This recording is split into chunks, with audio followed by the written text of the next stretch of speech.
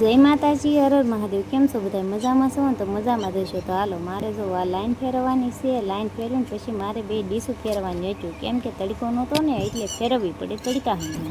2 ડીશું તડકા સામે ફેરવી નાખીને અહીંયા જો અમારી વાડીમાં કૂતરા આંટો મારવા કાયમ આવે હો પાછા. બધા આંટો મારતા થાય ને મારે બૂટી ઘવાની હતી, મેલી બહુ થઈ ગઈ ને એટલે આપણે લઈ લીધી છે કોલગેટ, પછી લઈ લીધું પાણી ને હવે એક લઈ લીધી પીસી, પછી મારે ઘવાની છે. હારેલી બૂટી ઘહી નાખીને મારી બૂટી ચમકી ગઈ, તો હવે મારે આ બૂટી પહેરી લેવાની છે. કેમ થઈ ગઈ ને થોડી ફોડા જેવી, જુઓ લ્યો. ને આવા કામ વધારે ફાવે બૂટી ઘહવાના.